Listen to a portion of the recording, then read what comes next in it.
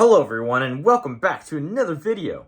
Just kidding. I don't have any subscribers or anything, but my name's Seth. I wanted to talk about this because I'm very interested in this topic and this question of when does Jinu get his soul back. And I really love thinking about this because I have a background in theology, took some church history classes in college.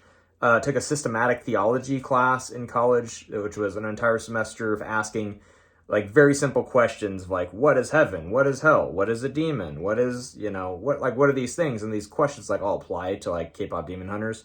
So I think it's super interesting to think about. So anyways, I wanted to ask this. When does Jinu get his soul back? Jinu gets his soul back when he admits his past to Rumi. I think that's the moment of when he gets his soul back. Before this, he was lying. This is a common theme with the characters and a theme in real life, that when we lie, we hold demons inside us. We have inner conflict with ourselves. Rumi has held her inner secret and battle inside her for her whole life, lying to her friends and fans, but it's only when she reveals this and accepts this about herself that she is really free and can sing what it sounds like at the end of the movie. When Jinu reveals his lie to Rumi, it lets him be free. And think about this.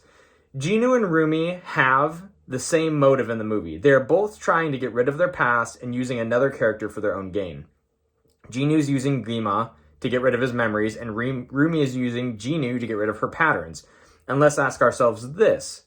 What would happen if Jinu had no memory of his shame in his past? I don't think gwi-ma would have control over him anymore. Essentially, gwi-ma is letting Jinu free by agreeing to release his memories and his shame.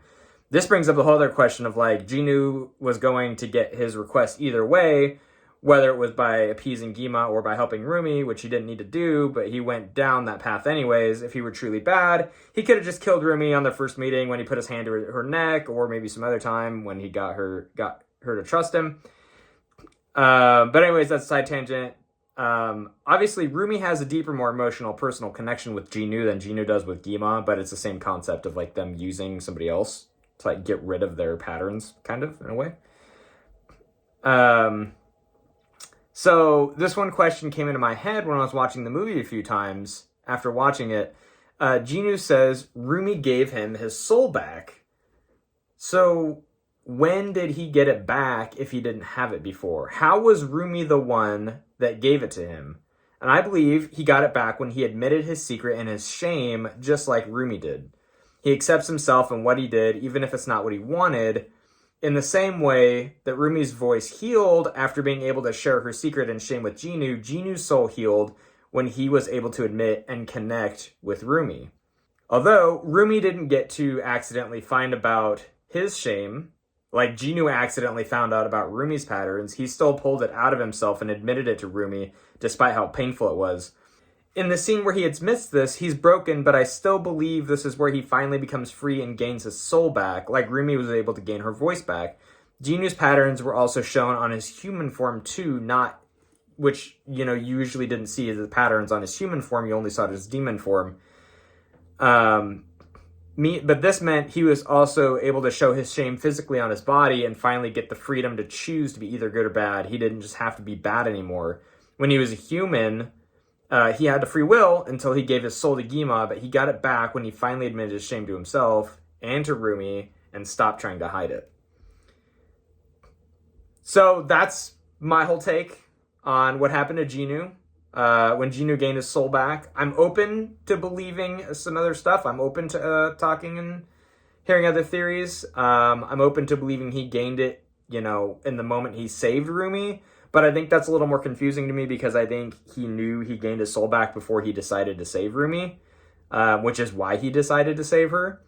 If he didn't have his soul before he decided to take the blow for Rumi, it wouldn't make sense because that seemed like his whole explanation for saving her. Rumi set him free and allowed him to gain his soul back, so now he's saving her and giving his soul to her because he doesn't want to be with gwi-ma anymore and doesn't believe he was even... And I don't believe he was even under gwi-ma's control anymore.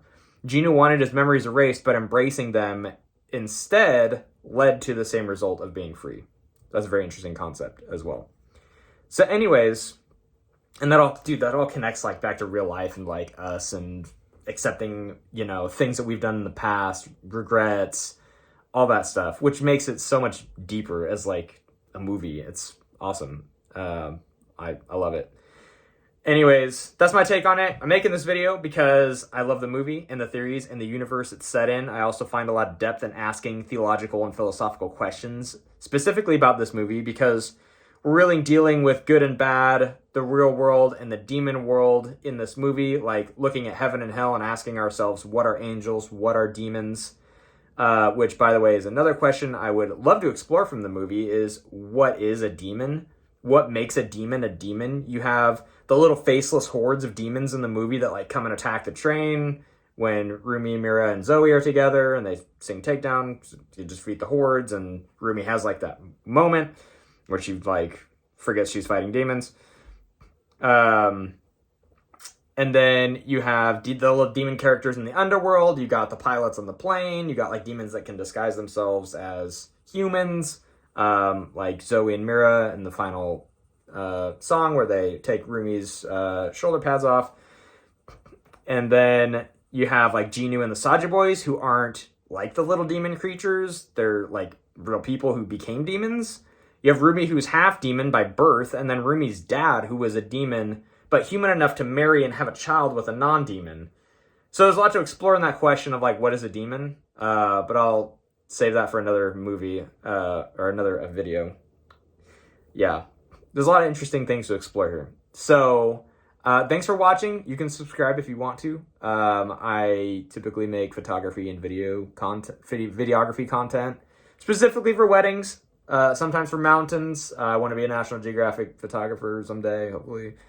But this movie has just really gotten to me, and I had to talk about it, and I actually love talking about this. I'm like, dude, this movie is so cool, and I just love all the theories, and there's really like a lot of theology behind it. Like, there's a lot of questions to ask about like the world that it's set in, and I think that's so cool. Like, there's really like so much depth to the movie, and I like, people call it like a kid's movie. I watched it because my daughter watched it. I have a 7-year-old daughter, so I watched it. I was monitoring her. I was like, K-Pop Demon Hunters sounds a little sketchy now. I don't know what this is really going to be like, you know.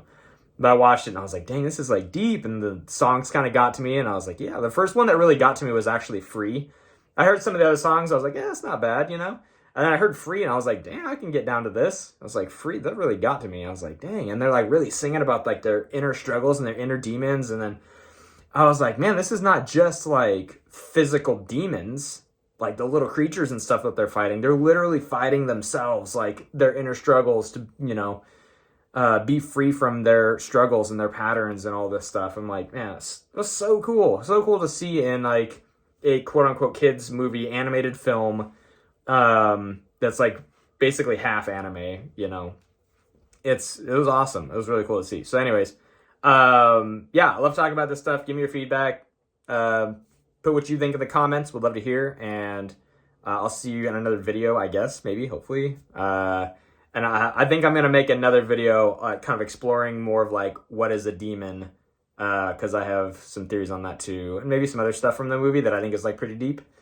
With some big questions and things that I noticed that I haven't heard people talking about on the internet. So, yeah. See you in another one. Peace.